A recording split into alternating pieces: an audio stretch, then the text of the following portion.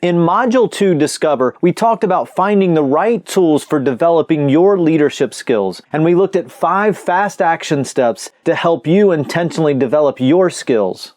In this session, we're starting a new module where we're going to look at how we can effectively apply the learning. It's one thing to have the right tools, but in our busy, chaotic life and work, apply the learning. So go ahead and download the worksheet for this session so that you can follow along with us through the session. Many leaders tell us that they're consuming so much leadership information that they don't have time to apply the learning. So the question for us was, why do we struggle so much to apply the learning? And there's a number of reasons for that. Let's look at just a few.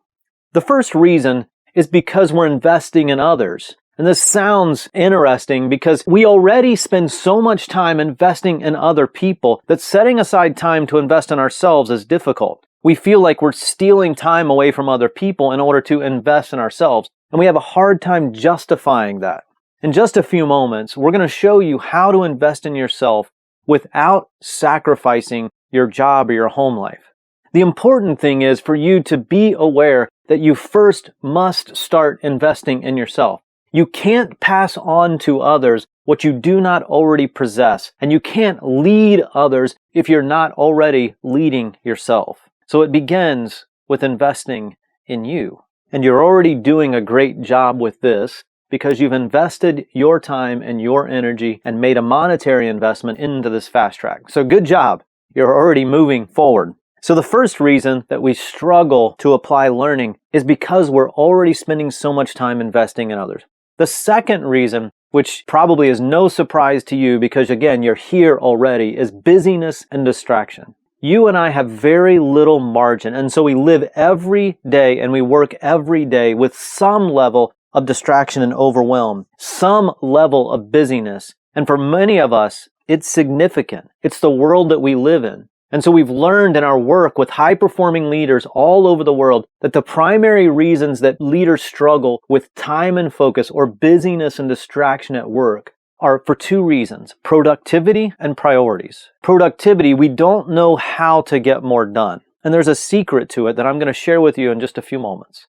Priorities is we don't know how to effectively manage our priorities. Now here's what the problem is. When you and I hear that, we struggle with productivity and priorities. Like, wait a minute, I've been leading for years. I've been leading for maybe decades. If there's anyone that understands productivity and priorities, it's me. And that's the challenge. We think we do. But I want to look at these individually and give us the opportunity to ask the question, do I understand productivity? Do I understand how to get better results? And am I leveraging priorities? Do I understand the unbelievable power of setting my own priorities? So first of all, let's look at productivity, which is how to get better results. And as I said, there's a secret to it that I'm going to share with you. First of all, I don't have to tell you that occasionally people struggle to get stuff done.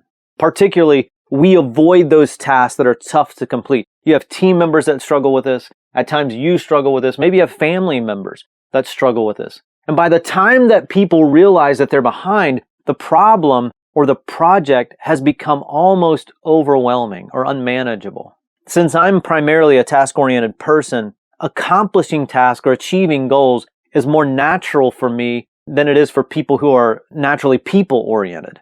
And so over the years, I've learned a number of principles that'll help leaders to more effectively accomplish tasks and reach goals. Now, this may not be natural to you. It doesn't mean that you can't take these same principles and apply them to your life and work and glean nuggets of truth or wisdom out of them. And so I would encourage you, take these concepts and apply them in a way that makes sense for you. Number 1, 5 ways to get more done. Number 1, focus on achievable tasks. It's really impractical for me to personally attempt tasks that require skills or experience that I do not possess myself. So when you have an idea or a responsibility that's beyond your expertise, consider delegating it to somebody else that's better equipped or better skilled to handle that task or project. Then empower them to accomplish the task more effectively. Free yourself to focus your energy on the task that you can accomplish and you're passionate about. In fact, you ought to spend your time doing only those tasks that only you can do and do well. So number one is focus on achievable tasks. So many of us are working on projects that we don't think anyone else on our team or within our organization will do because they seem like really tough things to us. And so we take those projects on ourselves instead of asking people, instead of delegating them to people who may be more inclined or more likely to be able to accomplish them effectively. Number one, focus on achievable tasks. Number two, prioritize.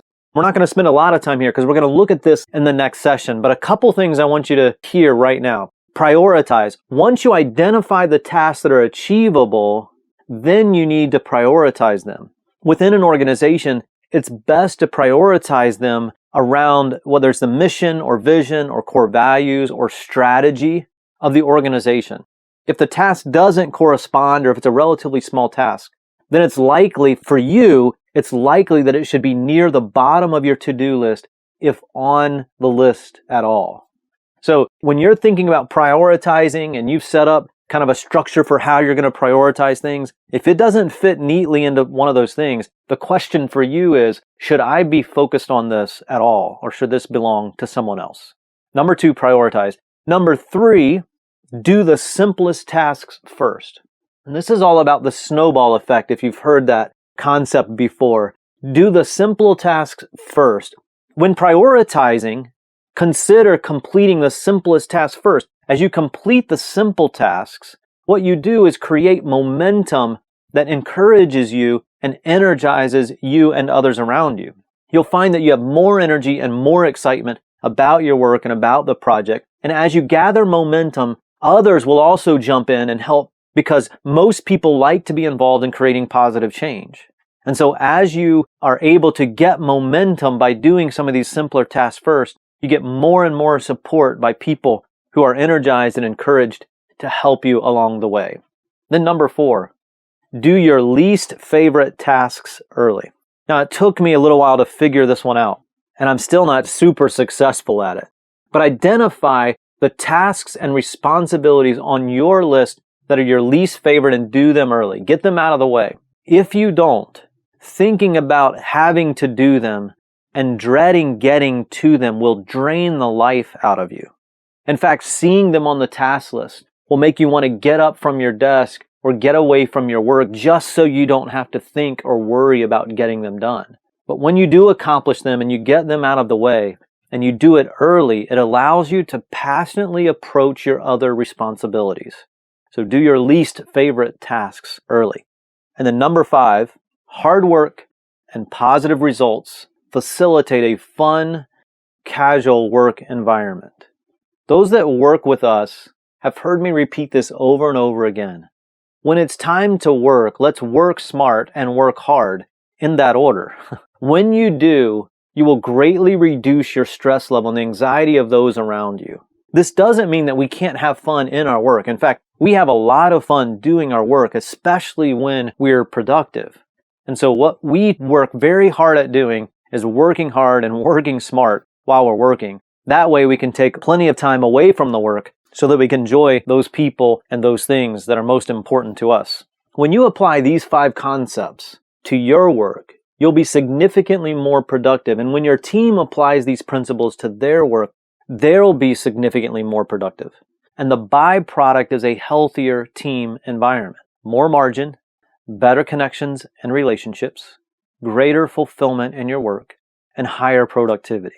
Now again, if you haven't yet, take a moment right now to download the worksheet on this page and complete the action steps for this lesson.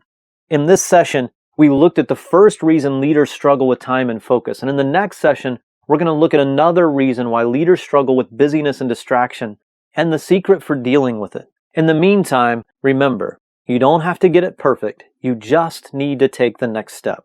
And I'll see you in the next session.